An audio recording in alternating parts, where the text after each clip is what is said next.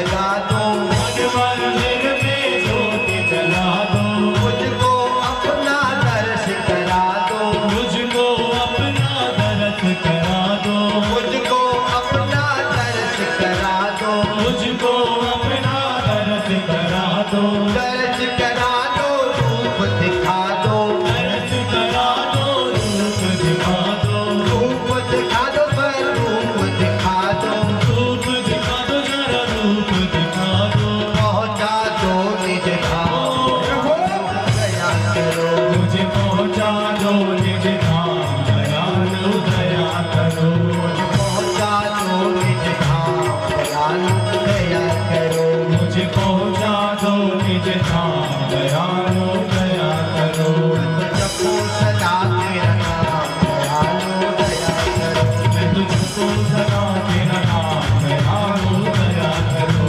जपो सदा तेरा नाम, दयालु दया करो, मैं तुझको सदा तेरा नाम, दयालु दया करो, जपो सदा तेरा नाम, दयालु दया करो, तुझको सदा तेरा नाम, दयालु दया करो, दयालु दया करो।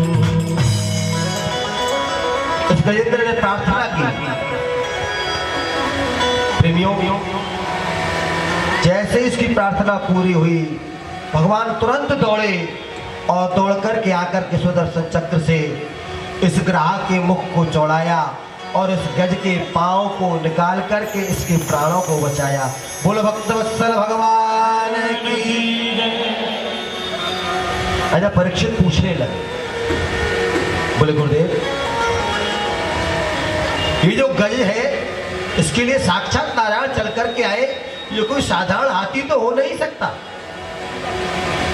आखिर ये पूर्व जन्म में कौन था, इसका कौन सा ऐसा प्रभाव था, ऐसा कौन सा तप था जिसके लिए स्वयं नारायण चल करके आए।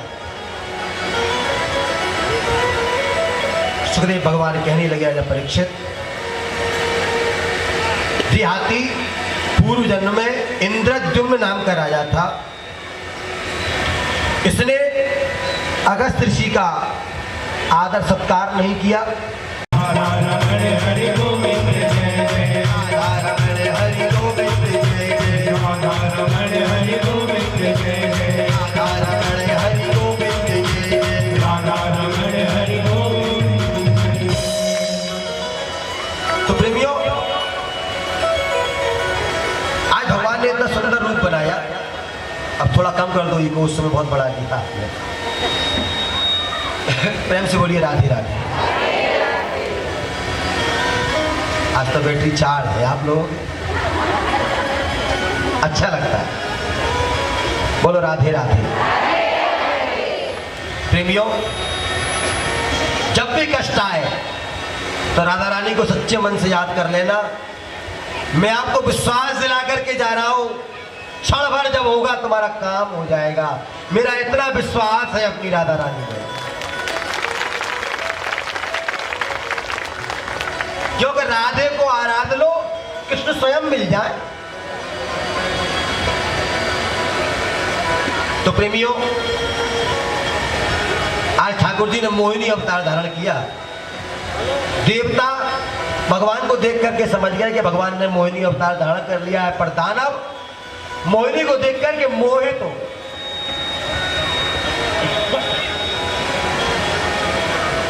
घड़ी रुकती नहीं है, घूमती रहती है।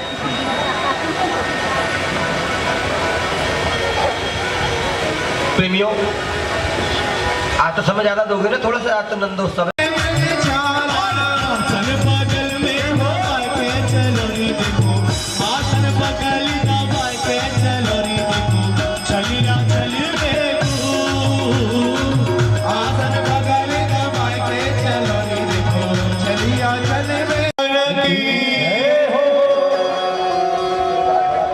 सभी लोग शांति से पूजा करें और अपने स्थान पर बैठते जाएं। यहाँ भीड़ ना करें, भगवान के आगे भीड़ ना करें। एक एक करके पूजा करते जाएं और अपने स्थान पर बैठते जाएं शीघ्रता से।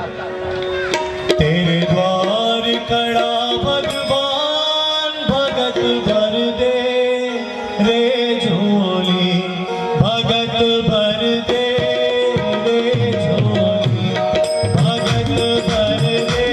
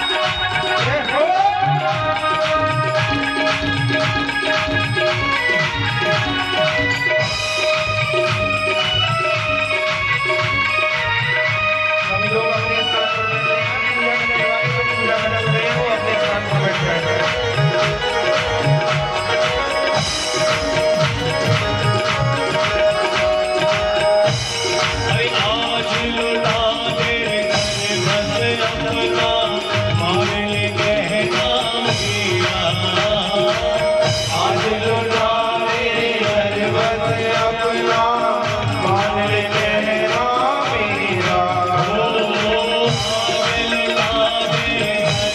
मेरा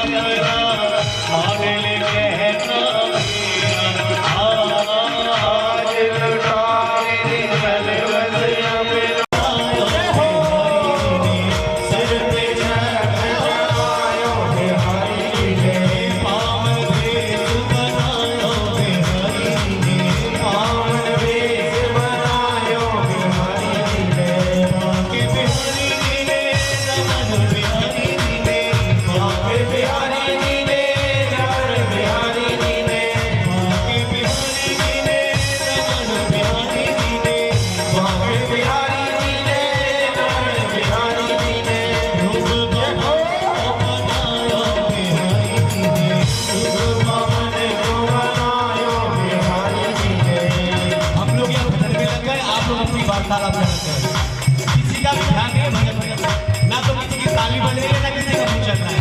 मैं सबको देख रहा हूँ, सबका अपना अपना माहौल चल रहा है, सब अपने व्यस्त में, कोई किसी से बात कर रहा है तो नहीं लग रहा है। ऐसे लग रहा है जैसे रसोई होती है रसोई घर में सिलेंडर खत्म हो जाता है और आराम से बैठ जाते हैं सिलेंडर खत्म। दोनों हाथ पकड़ के हरे दुख पवन को बतायो बिहारी की, दुख पवन को बतायो बिहारी, दुख पवन को बतायो बाके बिहारी जी ने रमण बिहारी जी ने, बाके बिहारी जी ने रमण बिहारी जी ने, बाके बिहारी जी ने रमण बिहारी जी ने, बाके बिहारी जी ने रमण बिहारी जी ने, बाके बिहारी जी ने रमण बिहारी जी ने, बाके बिहारी जी ने रमण बिहारी जी ने, दुख पवन को बतायो बिहारी जी ने, दुख पवन को बतायो बिहारी जी ने, दुख पवन को बतायो बिहारी जी ने, दुख पवन को बतायो श्यामा मेरे आयुध भुज चारी, भूषण बनमाला नयन विशाला, शोभा सिंधु करारी, कर जोरी आसुद गोरी, कहीं विधि करो अनंता, माया गुण ज्ञाना एक हमारा, वेद पुराण बहुंता, करुणा सुख सागर सब गुण आगर, जहि गावै श्रुति संता, सो अमृत लागे जन अनुरागी, दयाहु प्रकट श्रीगंधा, ब्रह्मांड निकाया निर्मत माया, रोम रोम प्रतिवेद कहे, मम और शोभा दे यह उपहासी, सुनत धीर मत निर्भय, उपजा जब ज्ञाना प्रभु मुस्काना, चरित बहुन विधि कीन चहे, कही कथा सुहाई बात बुझाई, जहि प्रकार सुत प्रेम लहे, माता पुनि बोली सोमत डोली, करहु तात यह रूपा, की जैसी सुरीला अति प्रिय शीला, वह सुख परम अरूपा, सुनि भजन सुजाना भुवन ठाना, हुई बालक सुर भूपा, यह चरित जिगावै हरि पद पावै, तेना भरै भवभूपा, विप्रदेन सुर संत लीन मनुज अवतार, मेरे छामिर हृदय माया गुण गोपाल सियावर रामचंद्र की जय। बोले राजा रामचंद्र की चारों भैयाओं की जय हो। पूरी अयोध्या नगरी में खुशी की लहर दौड़ गई। चारों भाइयों ने एक साथ जन्म ले लिया। मालूम है समय ओवर चल रहा है, आप लोग घड़ी देख रहे हो, 7 बज गए हैं। बोले महाराज आध घंटा तो पूरा हो गया, आध घंटा और बाकी है। 1 घंटा दिया है आपने मुझे आज एक्स्ट्रा, है ना, 1 घंटा 7:30 तक का। अब जो जा रहे हैं वो जा रहे हैं भाई, उनको नहीं रोक सकता हूं मैं, पर कथा तो सुनाऊंगा। प्रेमियों, भगवान के नामकरण का समय आया, भगवान का नामकरण किया गया। जो आनंद सिंधु सुख राशि, करते हेजे लोक सुपासी, सुख धाम राम असनामा, अखिल लोकदायक सुख काम। भगवान का सबसे बड़ों का नाम राम रखा गया, उससे छोटे का नाम लक्ष्मण रखा गया। लक्ष्मण नाम राम प्रिय, सकल जगत आधार, गुर वशिष्ठ ते राखे हो, लक्ष्मण नाम उदार। लक्ष्मण जी का नाम रखने के बाद में शत्रुघ्न जी का नंबर आया। जाके सुमरन तेर पुनासा, नाम शत्रुघ्न वेद प्रकाश। इसी प्रकार से भरत जी का भी नाम रखा गया। चारों भाइयों का नाम रख करके बार की बात तो होती रहती है। जय हो जय हो जय हो। प्रेमियों, प्रश्न आता है यहाँ पर कि जिस समय जानकी जी लौट करके आई, जानकी जी को साथ लेकर के प्रभु पधारे हैं, तो भगवान श्री राम के राज तिलक की तैयारी होने लगी। किंतु भगवान श्री राम का राज तिलक क्यों नहीं हुआ? सभी को मालूम है कि 2 वचन महारानी कैकेयी ने मांगे थे, लेकिन उन वचनों के पीछे भी एक कथा है। आइए थोड़े से समय में एक बहुत बड़ी कथा को श्रवण करते हैं, क्योंकि भगवान श्री राम का जो चरित्र है वो मर्यादा का चरित्र है, और भगवान श्री कृष्ण का जो चरित्र है वो लीला का चरित्र है। भगवान श्री राम मर्यादा पुरुषोत्तम है और भगवान श्री कृष्ण लीला पुरुषोत्तम है। प्रेमियों, ये बात है उस समय की जिस समय भगवान श्री राम का जन्म नहीं हुआ था, और ये कथा है आध्यात्म रामायण, तुलसीकृत की नहीं है, वाल्मीकि की नहीं है, प्रमाण साथ दे रहा हूं।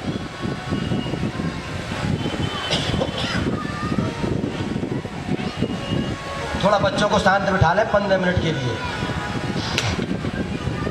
प्रेमियों, पुराने जमाने में जब युद्ध हुआ करता था ना, देवताओं का और दानवों का, तो पृथ्वी पर इतने बलशाली और प्रतापी राजा हुआ करते थे कि वो उनके साथ में उनकी हेल्प करने देवासुर संग्राम में जाया करते थे। महाराज दशरथ स्वयं देवासुर संग्राम में देवताओं की ओर से युद्ध करने के लिए पृथ्वी से स्वर्ग में गए थे। और उस जमाने में महारानी कैकेयी उनकी सारथी बन करके गई थी। वीरांगना थी, रणभूमि रण कौशल की प्रत्येक कला से वाकिफ थी महारानी कैकेयी। बाण चलाना वो जानती, रथ चलाना वो जानती, धनुष चलाना वो जानती, सामने वाले वीर को कैसे मारा जाना है वो भी वो जानती। छत्राणी थी, वीर छत्राणी। देवासुर संग्राम हुआ। देवासुर संग्राम के मध्य में ही महाराज के रथ की पहिए की कील निकल गई, रथ हिलने लगा। महाराज बोले कैकेयी देखो रथ क्यों हिल रहा है? बोले महाराज कील निकल गई है। तो बोले अब तो हम हार जाएंगे, अब हमको कोई नहीं बचा सकता हारने से। बोले महाराज चिंता मत करो, जब तक आपकी ये रानी बैठी है आपका बाल भी बांका नहीं होगा। इतना कहते ही महारानी कैकेयी ने उस कील की जगह अपनी उंगली डाल दी और महाराज से कह दिया, महाराज रथ को चलाते रहो, युद्ध करते रहो, आप कभी हारोगे नहीं जब तक ये कैकेयी बैठी है।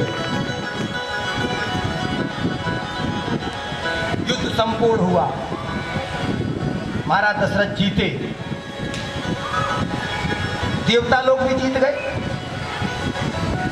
अब लौट करके ये अयोध्या के लिए आए। तो जिस रथ में महाराज दशरथ चलते थे वो रथ चलता भी था और उड़ता भी था।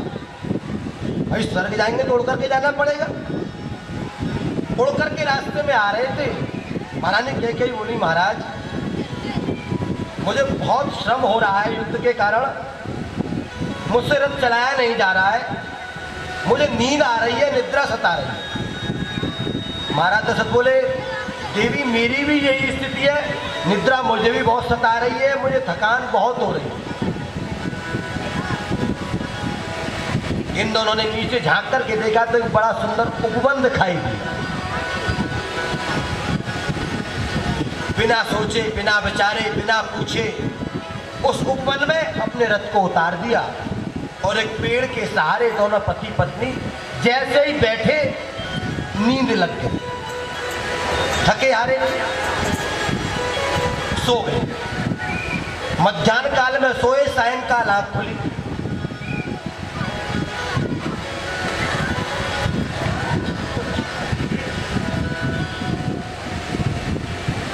जिस राजा का वो बगीचा था, ये बगीचा किसका था? ये बगीचा सुग्रीव के भाई बाली का था।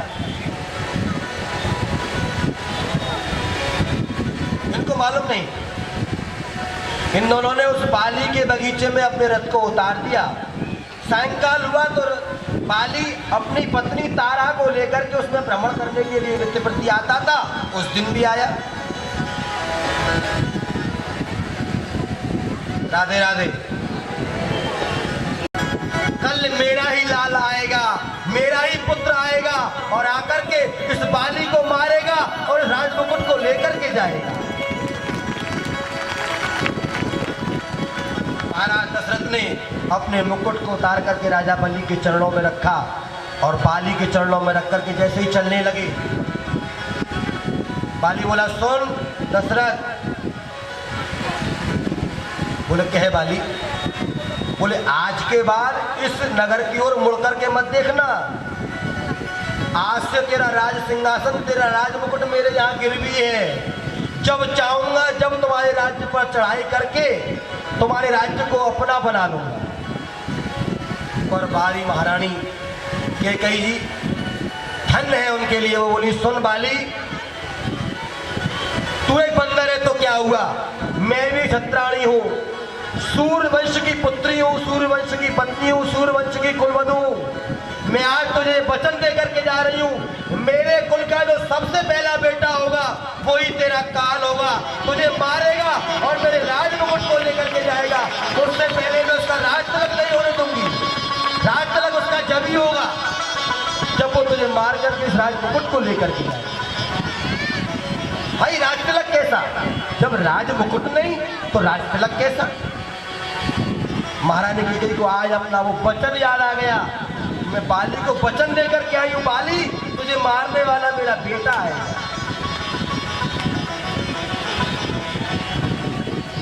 तो प्रेमियों, भगवान श्री राम ने, समय नहीं है नहीं तो बहुत कथा सुना सकता हूँ आपको और भी अंदर जा सकता हूँ। मुझे भी घड़ी दिख रही है और आप लोगों का समय दिख रहा है। भगवान श्री राम ने रावण का उद्धार किया, अयोध्या पधारे और अयोध्या पधार करके भगवान श्री राम ने सभी अयोध्या वासियों के लिए सुख प्रदान किया। सुखदेव भगवान कहने लगे, राजा परीक्षित, अब मैं तुम्हें दसम स्कंद में प्रवेश करा रहा हूँ। राजा परीक्षित कहने लगे, गुरुदेव, कथितो वंश विस्तारो भवता सोम सूर्यो राज्ञां चोभय वंशानां चरितम परमाद्भुतम। गुरुदेव, कथितो वंश विस्तारो, इस वंश को तो मुझे विस्तार से सुनाइए। बोले, कौन से को? बोले, सोम सूर्यो चंद्रवंश। सोम माने चंद्र। राज्ञां चोभय वंशानां चरितम परमाद्भुतम। ये जो चरित्र है ना, बड़ा अद्भुत चरित्र है, इसको मैं विस्तार से सुनना चाहता हूं। क्यों? बोले, पितामहा में समरे मरंजयी देवव्रताद्यापिरथश्चमिङ्गिलै तुरन्तयं कौरव सैन्य सागरम कृत्वातरम यस्न पदस्म यत्प्लवा। बोले मेरे पितामह श्री अर्जुन जी, पितामह में समरे मरंजय, एक समर लगा हुआ था, बहुत बड़ा महाभारत का युद्ध होने वाला था। बड़े बड़े वीर उस युद्ध में खड़े हुए थे।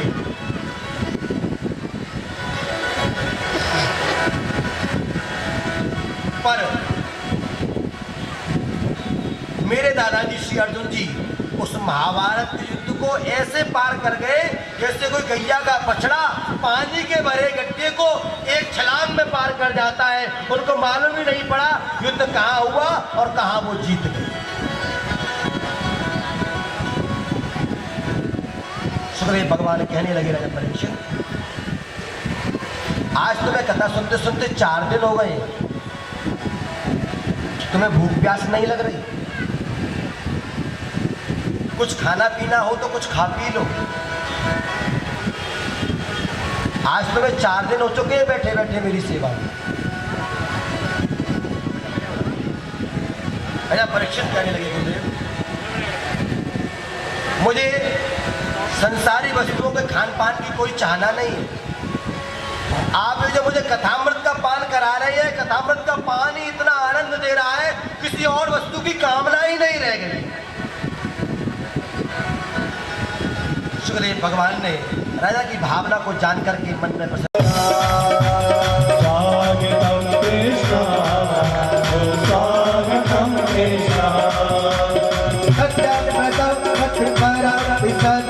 सत्य